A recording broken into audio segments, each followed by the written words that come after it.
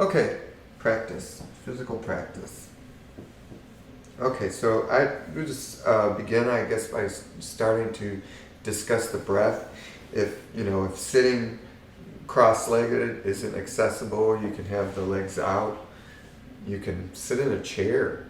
A lot of beginning practices are really just working with the torso, and so you won't be really coming out of a seated position, so you can go ahead and stay in a chair, find a relaxed seat, or you can sit in a comfortable, easy pose. We'll talk about the breath and the movements of the breath. We think about our breathing very little. So when you start to think about your breath and the ideas of, potentially controlling it, it seems a little strange at times. So physically, on a very physical note, we pull in the abdomen all the way down to the perineum, where basically you're squeezing the sphincter and also your urethra. So you're really kind of pulling up on that lower pelvis. And there's books upon the Mula Bandha that it actually resides between those 2 points. Most of us don't have accessibility to that. So in the beginning, it's more just literally pulling in your tummy. Pulling in your tummy. And then so from that point, we can release that, open up the rib cage. You can feel the shoulders go up slightly. We want to reach up with the crown. Generally within our practice, we're having the eyes closed, rolling the eyes up to the third eye point, in between the brow centers. And by doing this, you are going to be stimulating the pituitary and the pineal gland, the tendons in your eyeballs. As we lift up the eyeballs into the center of the brow, we'll be tugging on those and reach all the way back to your pituitary and your pineal to stimulate them. This is your crown. This is one of the ways I refer to this is you're putting your crown on, your tiara.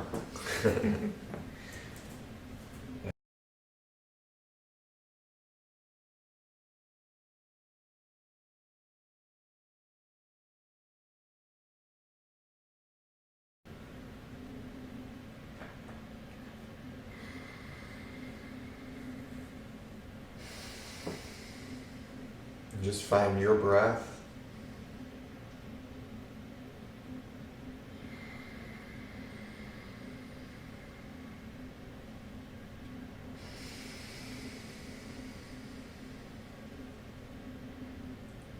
Pulling in the lower abdomen.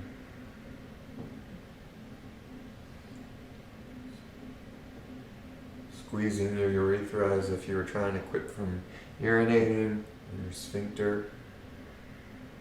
You're reaching down with the seat. As we reach the bottom, you release. Opening up the belly, feeling the rib cage expand all the way up into the neck.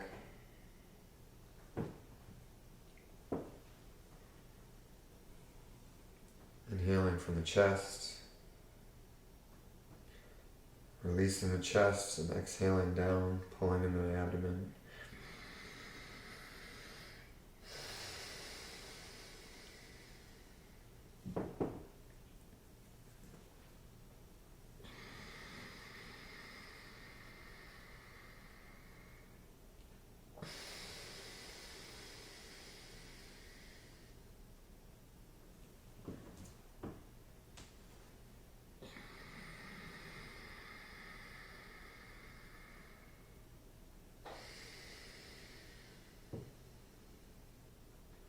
We've taken a little time with our breath and talked about that a little bit. We can go ahead and we're going to go ahead and integrate some movement with the breath.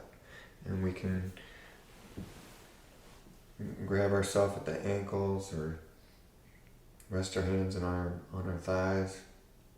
And we are going to inhale the chest forward, and we're going to exhale it back.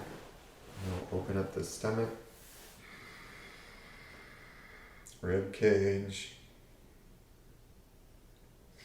letting the rib cage fall as we pull in our lower abdomen.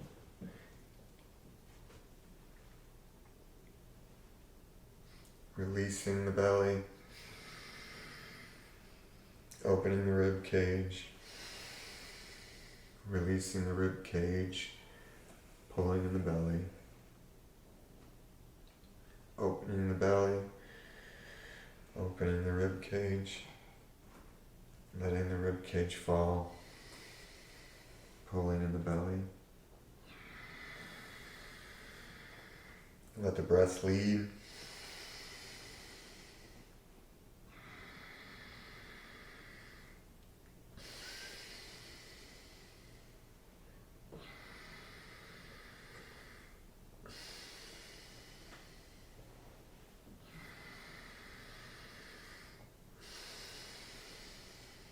Pulling in the lower abdomen,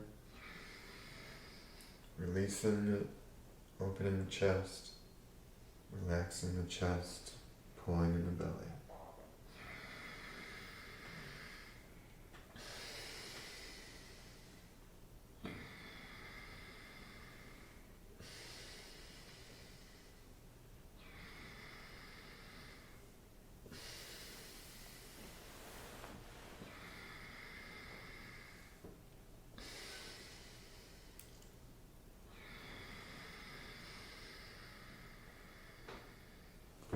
Inhaling, suspending your breath.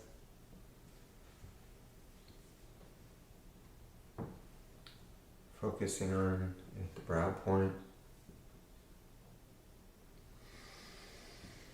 Releasing the breath, exhale.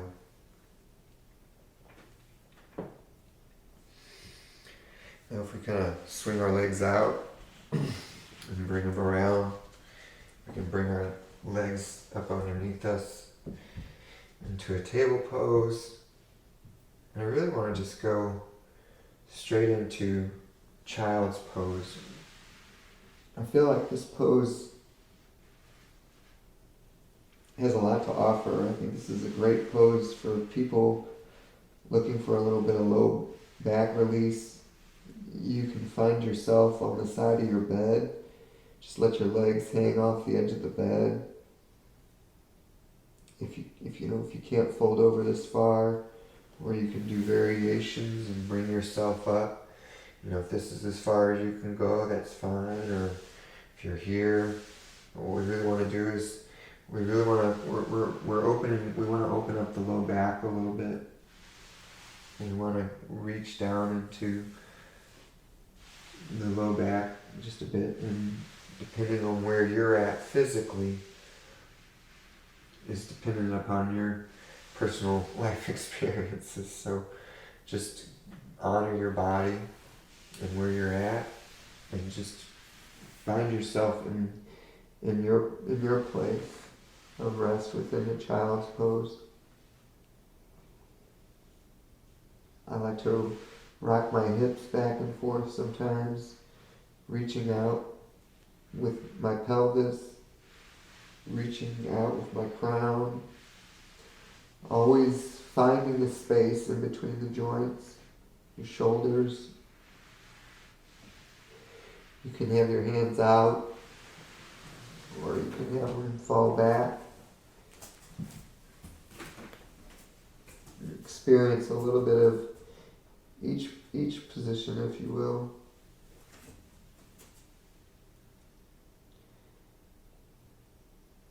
Find your breath within this position.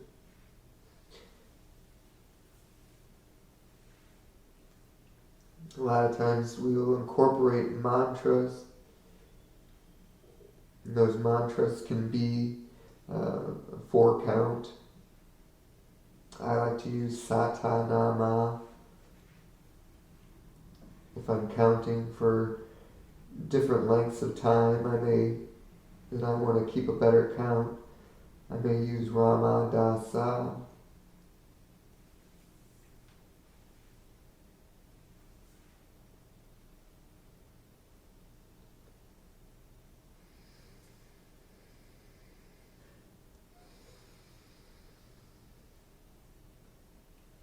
Quite frequently you'll be counting your breath.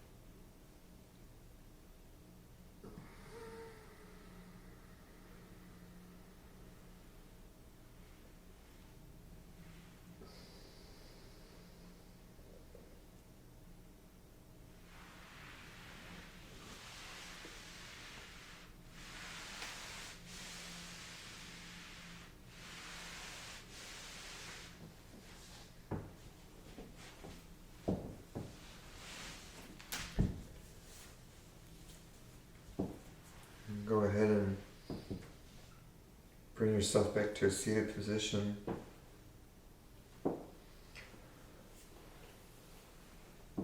Ultimately, just wanting to share a few physical practices that might offer some immediate release.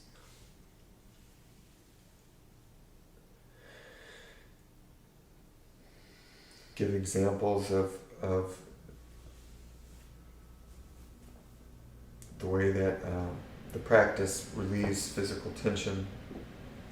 Even with the prayer pose, we find ourselves in the seated position as we put pressure on the palms of our hands, correct our posture, ensure our shoulders are back, crown is reached up,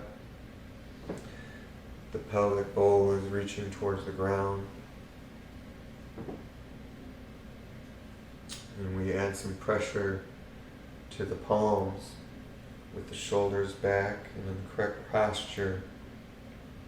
This isn't so much about praying as it is about opening up the shoulders, correcting neck and shoulder issues. It's an amazing releasing posture.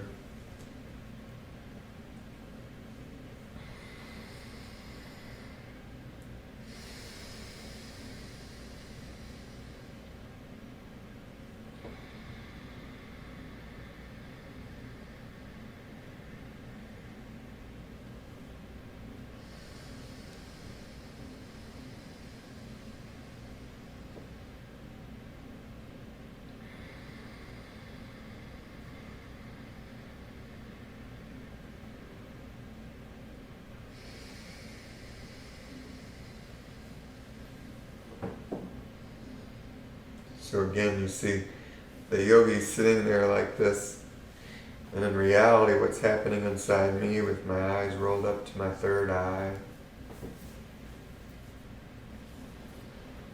I'm counting mantras with my breath. I'm regulating my breathing. I'm correcting my posture and my shoulders.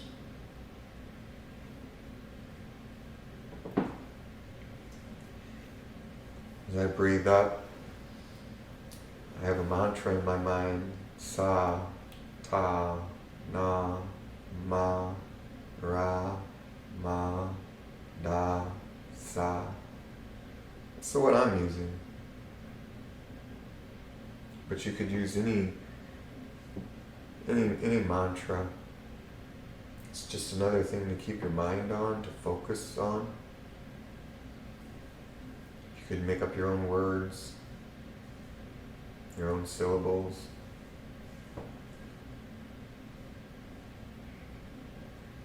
You know, I talk about mantras to some of the guys at the water park where they're struggling to ride the little surfboard. And I tell them if they want to improve their game, to recite mantras in their mind. Because if your mind is rattling about the mantras, it can't be rattling about all the other things that are going on. And so when we meditate on anything, a lot of us men have meditated on work, which has created a lot of this physical pain. And we do great at meditating already, and want to make sure that we give you an opportunity to meditate on your own physical well-being, your own emotional well-being as well.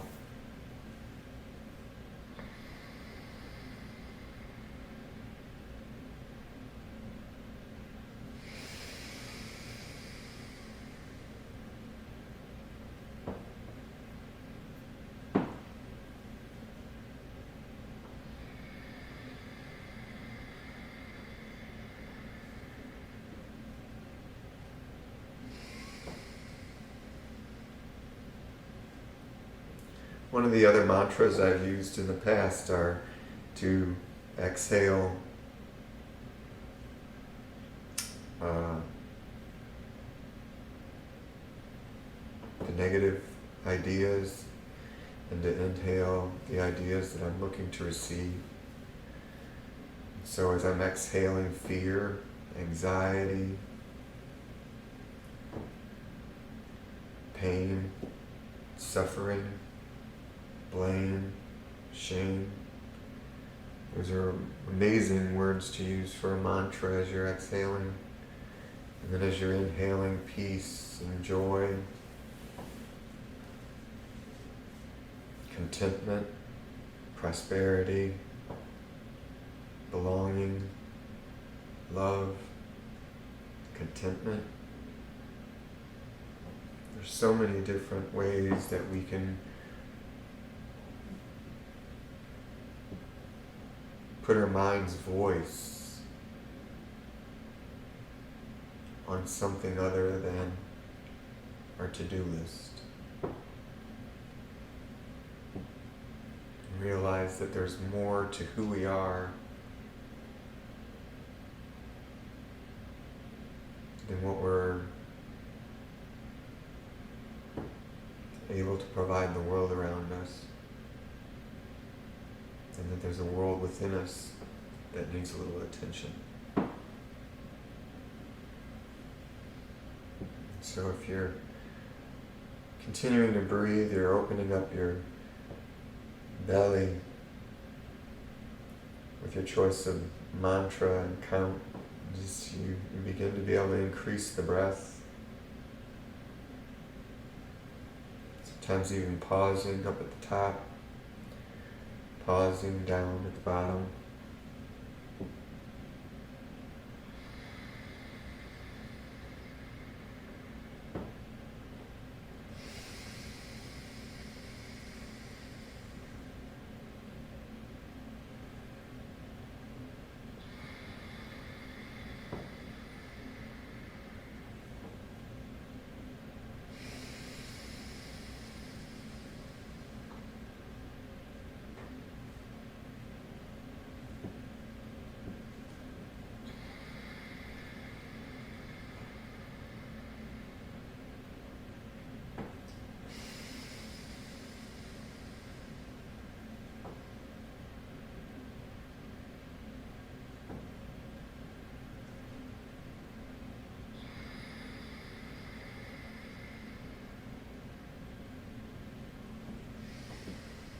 Now we can release our hands.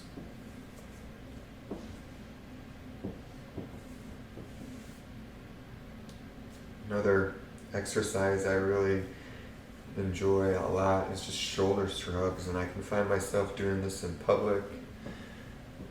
And you can do them both at the same time, right, left, whatever. But incorporating the breath, of course, We really want to lead with that breath. And so we're opening up the belly, lifting up the rib cage. As the shoulder goes up, we're going to inhale with the left shoulder, exhale with the right.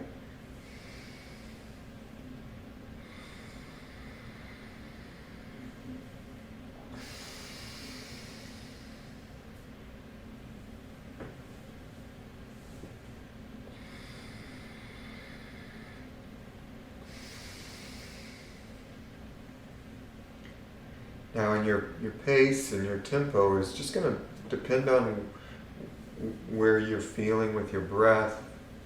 You really want to allow the breath to lead the movement, and where your physical body is. I'm always a big fan of fidgeting. A lot of practices I've heard that if you move around a lot, you might get struck by a yogi. Or I'm not going to hit you with a reed.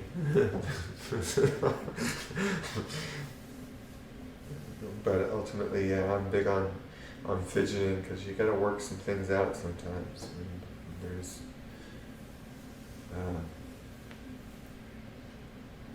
Did you enjoy this short yoga session? Would you like to see more from Yogi Poser? Let us know in the comment section below. Namaste.